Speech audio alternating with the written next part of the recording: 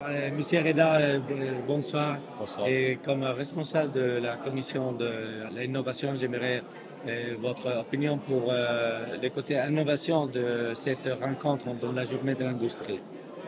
Merci. Donc, effectivement, aujourd'hui, nous avons organisé la Journée nationale de l'industrie, un événement très important pour l'économie marocaine, pour l'industrie marocaine. La CGM, à travers toutes ses composantes, commission, région, groupe parlementaire, donc fixe l'industrie marocaine parmi ses priorités et le développement de l'industrie marocaine parmi les priorités du patronat. Aujourd'hui, c'était une occasion de discuter plusieurs sujets, de faire un bilan de l'industrie, de la feuille de route de ces dernières années. On était ravis aujourd'hui et honorés du message de Sa Majesté le Roi Mohammed VI, que Dieu l'assiste, qui a dressé une feuille de route pour l'industrie marocaine. Donc il y a plusieurs chantiers qui ont été listés. Il y a aussi la dimension régionale de cette journée, normalement de l'industrie. On va essayer de travailler ensemble, de capitaliser sur cette journée-là et de dresser une feuille de route basée sur les orientations de Sa Majesté pour pouvoir continuer le travail de développement de l'industrie marocaine et atteindre la souveraineté industrielle du Maroc. Très bien.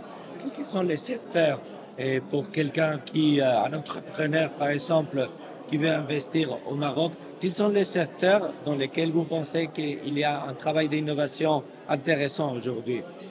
Aujourd'hui, il y a plusieurs secteurs stratégiques fixés. Donc, en plus des secteurs mondiaux, à savoir l'aéronautique et l'automobile, on a parlé de l'énergie, on a parlé de l'agroalimentaire, on a parlé des systèmes de logistique, on a aussi parlé des industries métallurgiques. Donc, il y a plusieurs secteurs aujourd'hui qui on a l'occasion d'avoir et la chance d'avoir cette charte d'investissement qui a fixé les secteurs prioritaires pour pouvoir bénéficier de l'ensemble des avantages pour accompagner les investisseurs dans leur financement.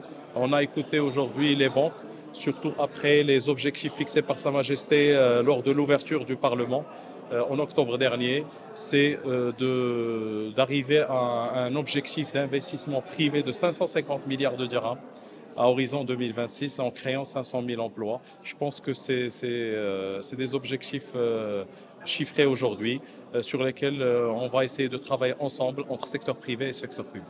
Un investisseur dans un pays pense toujours au cadre juridique, Oui. la loi, la sécurité. Et comme représentant de la CGM au Parlement, quels sont les points clés que vous pensez qu'ils vont se développer dans l'avenir? Aujourd'hui, le Maroc est vraiment en pleine mutation. Il y a beaucoup de chantiers. Le gouvernement actuel est en train de, malgré la conjoncture internationale et nationale difficile, il est en train de faire aboutir beaucoup de chantiers.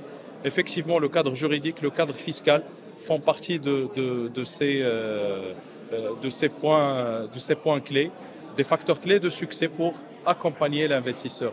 Aujourd'hui, on a le volet fiscal qui est très important. On a la chance d'avoir une loi cadre sur la fiscalité qui donne de la visibilité sur les 5 prochaines années, sur le dispositif fiscal marocain.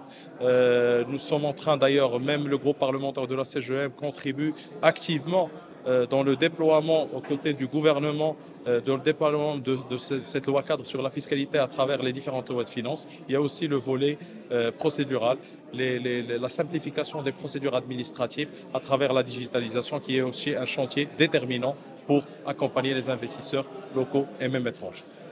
Parfait, je vous remercie. Merci. Merci.